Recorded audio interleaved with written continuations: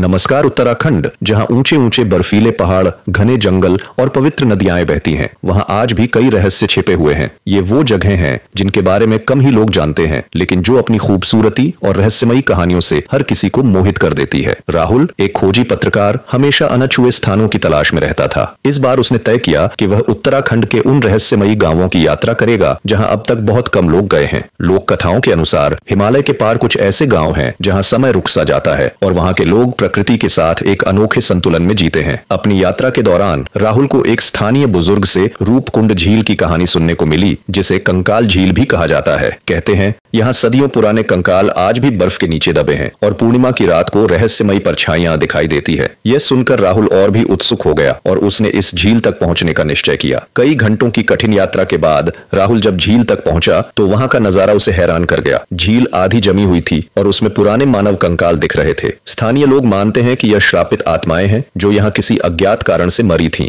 वैज्ञानिकों के अनुसार ये सैकड़ों साल पुराने कंकाल हैं, लेकिन उनकी मौत का सही कारण आज भी रहस्य बना हुआ है। राहुल ने वहां की हर चीज को अपने कैमरे में कैद किया, लेकिन जैसे ही सूरज डूबने लगा, एक अजीब सन्नाटा छा गया। अचानक ठंडी हवा के झोंके के साथ उसे ऐसा महसूस हुआ जैसे कोई फुसफुसा रहा हो। डर के मारे उसने तुरंत वहां से लौटने का फैसला किया। उत्तराखंड सिर्फ अपने तीर्थ स्थलों और खूबसूरत वादियों के लिए ही नहीं, बल्कि इन रहस्यमयी कहानियों और अनछुए स्थानों के लिए भी जाना जाता है। राहुल की यह यात्रा साबित कर चुकी थी कि हिमालय के पार आज भी कई राज्य छिपे हुए हैं जो समय के साथ धीरे धीरे सामने आ रहे हैं। क्या आप कभी इन रहस्यों को खुद देखने की हिम्मत करेंगे? उत्तराखंड के अनछुए रहस्यों की दुनिया आपका इंतजार कर रही है। दोस्तों, अब वक्त आ गया है अंगुली उठाकर लाइक, शेयर और सब्सक्राइब करने का। धन्यवाद।